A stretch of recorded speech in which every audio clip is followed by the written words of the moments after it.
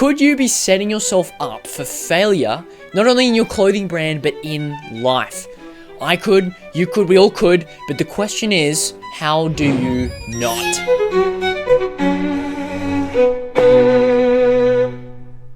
You're listening to the Street Cred podcast, the show focused on helping you turn your clothing brand into a community. I'm Elijah Delport.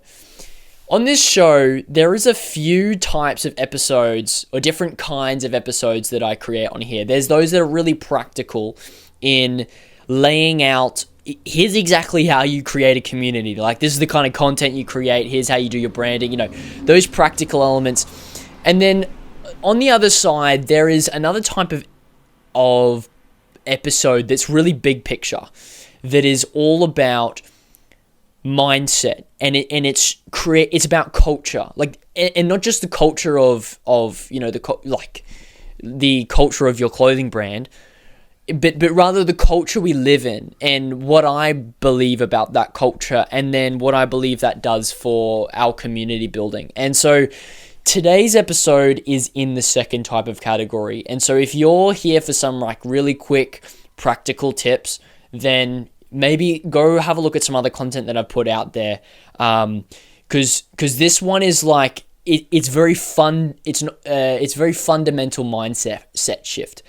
And in saying that though, however, I believe every clothing brand owner should listen to this, because this is one of those integral mindset shifts that it affects everything that you do from this point forward, and it very well could. And so the topic of today's episode is all about redefining success. And this is a topic that has been on my heart to share in the last 24 hours, just very strongly. I wrote a post about it, and so it's really come from the conversations I've been having with so many clothing brand owners recently. I have conversations with brand owners that are haven't started yet, or already very established every single day. Usually all three of these categories every single day. And one of the major questions I ask to, discover why we're having a conversation, or what they need help with, or whatever it is what is your vision for success in the future? And their answer, more often than not, is to do with sales, power, influence, these kind of things. They say they want to hit 10,000 sales, 10,000 product sales, or they want to become a household name. They want to be bigger than Nike. And these things are super important, because it's good to have goals, but it's different to have, a success criteria is different from goals. And the problem is, if our success criteria is to do with sales, then there's the possibility that you have lots of people that aren't successful at the end of the day. And heck, that's a problem. That saddens me deeply, because the truth is, these things are for the most part outside of your control. Your sales, outside of your control. Yes, you can control some elements. You can influence your audience or your customer base to buy from you. But at the end of the day, the final decision lies in the hands of somebody else. Which, you put it like that, that can be a scary thought, especially when that's your success criteria. And that's to say that if you don't hit that success criteria of 10,000 sales, or becoming a household name, then you're a failure. That's sad. That's really sad. And so that's where this conversation comes from, of redefining success. And so what I'm suggesting, let's cut straight to the chase. What I'm suggesting is that we define success as something that's not outside of your control, but rather something that is within your control. Something that you could do today and be successful. Because it's important to not only be successful, feel successful. I'm using these terms interchangeably, but understand what I'm saying.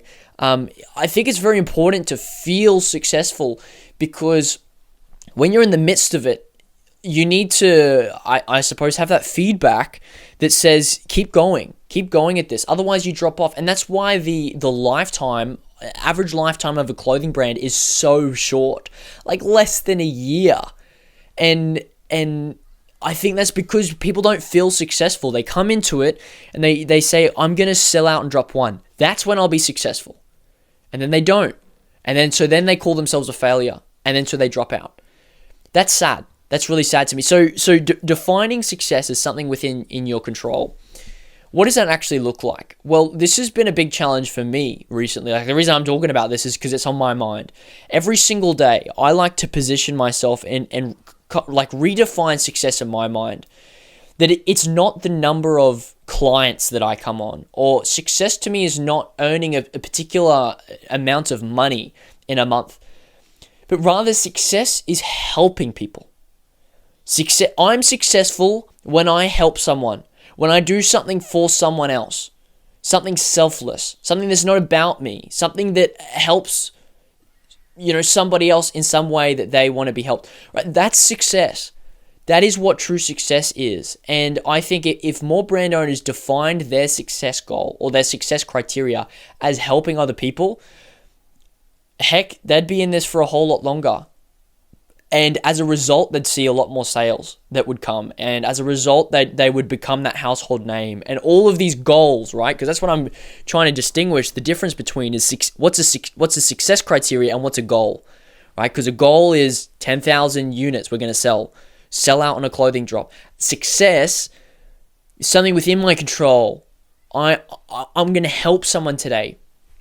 And so then the next question becomes, with your clothing brand, who are you going to help? And how are you going to help them?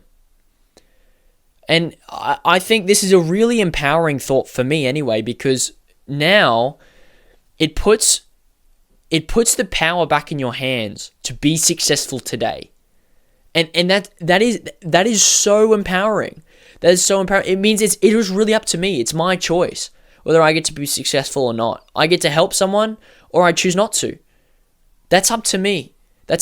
And so I think having those like little hits of dopamine, I mean, it's not just about the dopamine and like, you could get really nihilistic about it, like everything means nothing. Everyone's just helping people just because it's really selfish at the end of the day. But I think like at the same time, having those hits of joy is a natural response to bringing joy to somebody else. And so like I want to share a story with you that I heard. It's about the Christian monks of some century, many centuries ago. I couldn't tell you which century, but the Christian monks, what they would do in the monasteries is when one of the monks died, whether it be old age or some sickness, whatever it is, what they would do is they would take the skull, once it had the body decomposed, they'd take the skull of the monk and they'd put it in a place where all of the other monks in the monastery could see it. Right? So let's just say Jake. Jake's our friend. He's our fellow monk. He dies, and everyone now sees Jake's skull. It's up there, up on the wall, or whatever it is. For some people, this is really a morbid way of doing life. Like, yeah, we're just gonna put Jake's head up there on show. But the reason they did this was very simple, and it has very profound meaning behind it. It was to keep in mind the point, the purpose, what they're doing and why they're doing it. They wanted to keep in mind the end so that they could influence their actions today and what they're doing right now. And so it was all about, well, we're doing this, like we're living for something beyond today. It's not just about like fulfilling my pleasures of today. It's about living for something that we're going to care about when we die and after we die. Man, that's profound. And like, I think there's something we can learn from that. You might go, well, heck, man, we're just selling clothing out here. Like, it doesn't even matter what you're doing in life. If it's not going to matter on your deathbed, then why do it at all? Seriously. And you might go like, why think about that? Well, why wouldn't you? But like, seriously, like, question that thinking. Like, why wouldn't you consider that? Why wouldn't you? So you could live for the pleasures of today. You could live for your sales. You could live for 10,000 units sold. You could live for a sellout clothing drop. You could live to become a household name. Or You could live for something that doesn't perish, for something that you're actually going to care about, you're going to think about, you're going to be remembered for, that's going to have an impact after you're dead, because you're dying and you're going to die. So why wouldn't you? Seriously, why wouldn't you? And this goes beyond just selling clothing. And don't get me wrong, this is not a discouragement from selling clothing. It's just like clothing could be, like, selling fashion products could be a part of that meaning or message or life that you're going to live that's really going to matter. Because heck, it can be. And that's my goal with this, is that you turn this clothing brand into a community, into something that goes beyond, like, it's a place of belonging for people, right? And so let's link this back to this idea of having a success criteria. What is your definition of success? What are you going to be proud of when you die? And what's something that's within your control that you can make sure that you can be successful today? So I think that's why it's important to not be scared of death, but rather have a reverence for it. Have a reverence for death, and understand that that's something that's coming, that I cannot control whether that's coming. I don't know when it's going to come as well. I don't know when my expiry date is. It could be today, it could be tomorrow, it could be, I could live to 100. Who knows? And that memory, or not that memory because it's not in the past, it's in the future, but that idea of death actually brings me to a place of total life while I'm living. And I don't mean just life as in, yes, I'm here, I'm alive. I mean, like, some people live and they're already dead, right? Like, am I crazy? We know those people. You might feel like one of those people where you're living, yes, you're alive, but really you're dead. And like, I mean, on the inside. And then there's other people that they're alive, and man, they are living their life. And so I think having a healthy perspective of death allows us to live while we're alive, and create life in other people and breathe life. And so, yeah, I think it's all very much connected topic of, like, how are you going to help people? And you don't need money to do that. You could do that right now, today. So the next part of this is that I don't want you to get me wrong. I don't want you to misunderstand me, because having goals is really good. And having goals like sales goals or financial goals or follower goals, those things are really great because you want something to work towards. But it's simply knowing that those things don't bring you success. You're not suddenly more successful when those things come about. Like, seriously. We're not suddenly more successful when we make a lot of money. And so I think it's good to have it into perspective. Like, what are we doing that for? Like, are we earning money for the sake of earning money? Are we selling clothes for the sake of selling clothes?